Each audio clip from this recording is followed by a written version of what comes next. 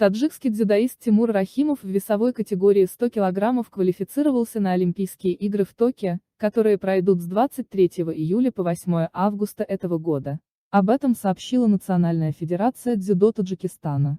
По данным федерации, Самон Махмадбеков и Акмал Муродов также имеют хорошие шансы выиграть путевку по дзюдо.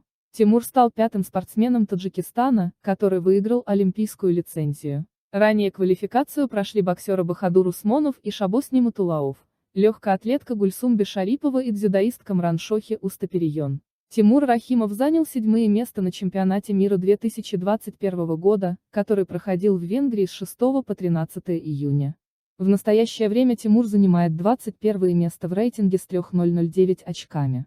Это не первые успехи дзюдоиста на республиканской и мировой аренах. На первенствах внутри страны он не раз поднимался на пьедестал. На его счету золотые медали чемпионатов республики, третьих Евразийских спортивных игр, Кубков Азии и Европы, серебро чемпионата Азии в Гонконге и КНР, награды с других международных соревнований. По словам самого спортсмена, в его становлении как спортсмена большую роль сыграл дедушка Рустам Абдурахмонов.